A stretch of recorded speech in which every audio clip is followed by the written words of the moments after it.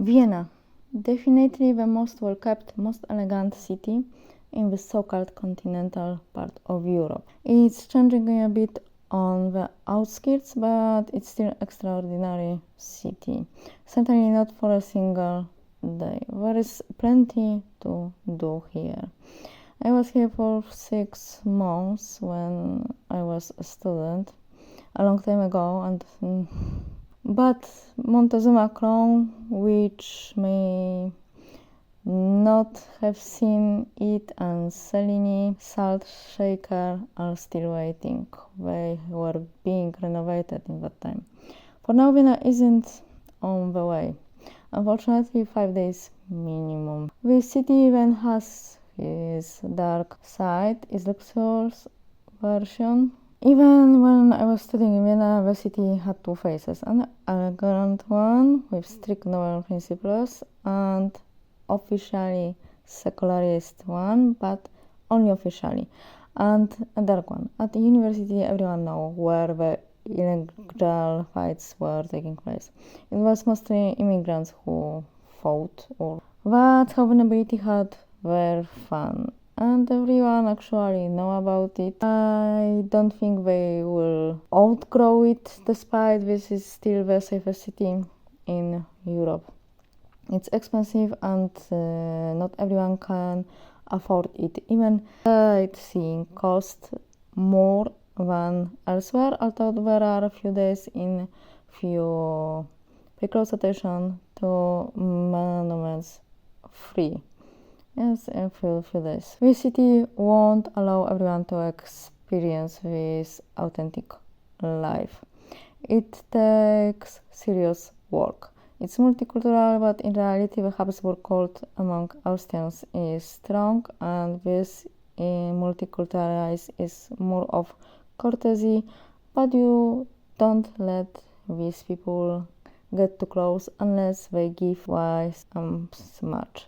Indeed, the city is well connected by metro. There are many baroque monuments here. Schönbrunn, like the Wallace Gallery, houses many of Marie Antoinette's belongings recovered after the Revolution.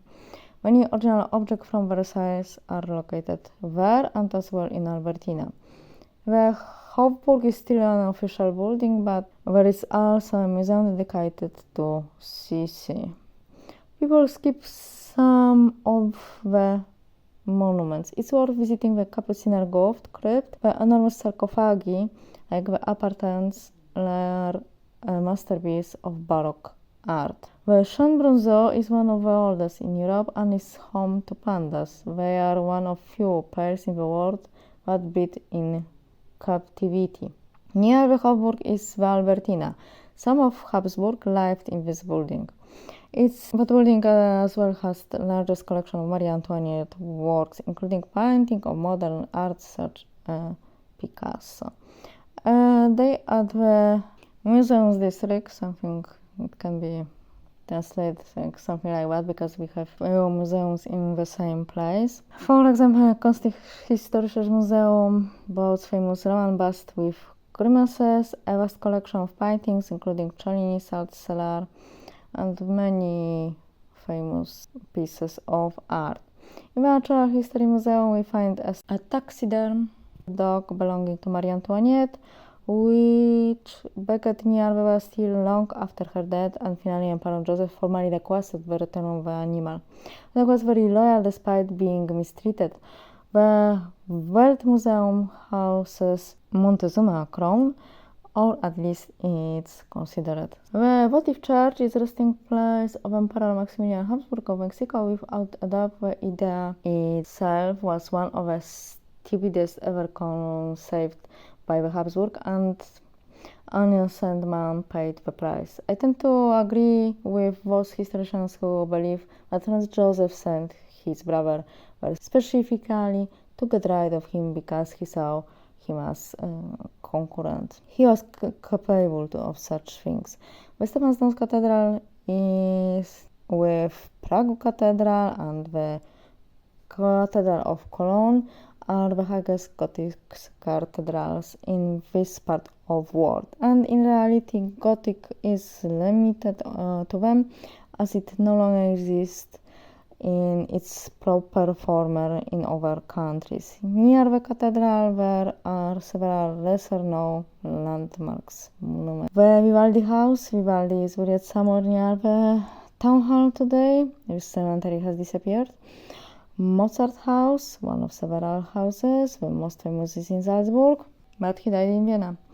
Fragments of an old tree trunk symbolizing the extent of the forest in Commodus' time.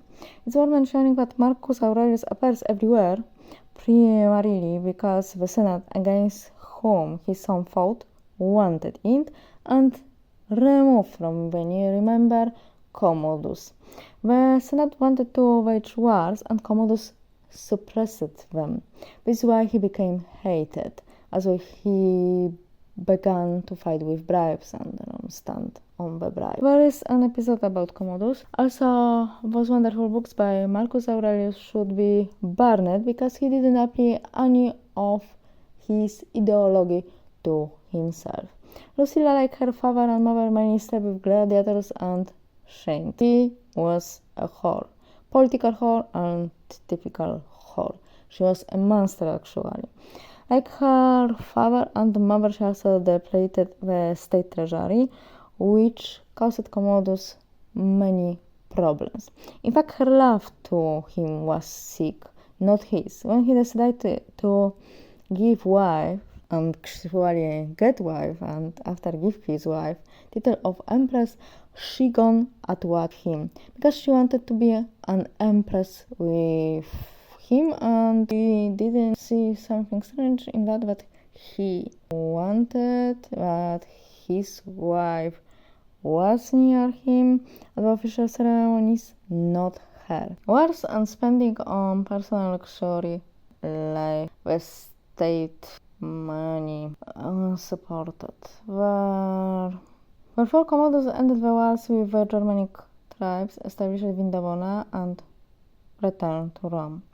Commodus' documents were recently discovered in the Middle East, in which he condemns bribery, something every senator dabbled in war. Still, he defends Christians. He is the first Caesar who defends Christians and orders the constructions of brick houses for the poor district so that these districts don't constantly cause fires in the Rome. With such ideas, Commodus must be removed from the throne and must be domed. He was too close to the people and too far from the patrician. Defending Christians is already a blacklist. So the war with Commodus began, and even today we can hear that he was a monster who stand behind Christians and wanted to give them love. To be honest, I think there is more concentrated than wood. It would have been unrealistic to have survived this long time. The current commander of the Teutonic Order is also located there. There are numerous monuments from Jerusalem and Marburg, the country capital, including a chapel with the icons of all the Grand Masters. The order is one of few that didn't fall during the Crusades. Today, it serves mainly as missionary, but its members still come from noble families, so we are dealing with cultural and sophisticated people here. The Ruprechtskirche is the oldest church in the city. Finally, we have connection with Torino, the Belvedere. It's actually two palaces. Recently, they became famous for the case involving the return of a Klimt painting. This was all about money, show for money. This was the residence of Eugène de Savoy as a field marshal, commander of the Empire forces. He resided here. He excelled in politics and on the battlefield.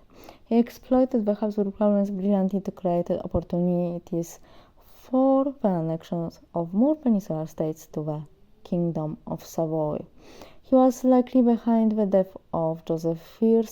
They had a serious quarreling. Joseph had certain sexual inclinations, quite extreme and brutal. Eugene secretly negotiated with the Turks to invade Vienna with Louis XIV. They wanted to weaken the dynasty, which was growing in power. Unfortunately, Sobieski, not very familiar with such games, interfered with this plan. The war continued for many years after his return to Poland. Paradoxically, by saving Vienna, Sobieski caused his country to disappear from maps several decades later, but he couldn't have known that.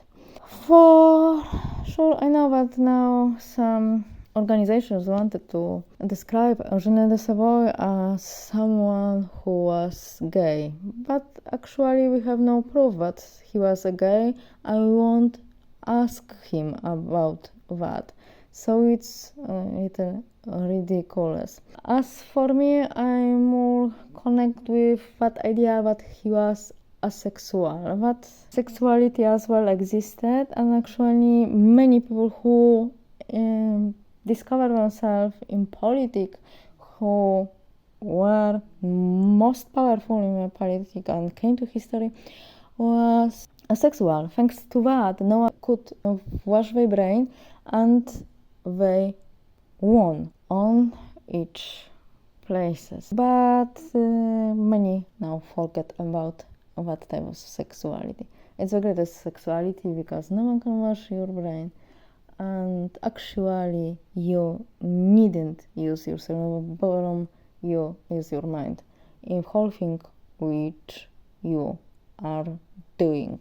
Speaking of Siege of Vienna, let's recall the first Siege of Vienna, Suleiman the Magnificent. It was never really about conquering Vienna. If the Turks had wanted to, they would have. There was no better army in that time at this part of the world. It was about showing off the strength. Suleiman honored his alliance with the Jagiellonian dynasty to strengthening the Jagiellonia-Zapolia claims to the throne. However, the Viennese were so afraid that they built a palace for the Sultan model on Topkapi, the imagination of Topkapi, or so they thought. Negavade. It wasn't even named after the embarrassment. It was the richest residence of the Renaissance. It's believed that 75% of the fountains decoration of Schönbrunn are from there. Unfortunately, this place is unlucky. It was even used as psychiatric hospital. Now there are some tours were considered course opposite the central Friedhof. We find the burials of Vienna's famous artist Mozart is buried in Marxer Friedhof. The Belvedere is not just an art gallery, it's an incredible Baroque residence. It was used to say that no one knew who was a king in Vienna, and that was true. Eugene and Charles used to play an interesting game. Opposite the Belvedere is Arsenal, a beautiful neo-Byzantine building where Franz Joseph defended the installation of toilets because it was modern luxury.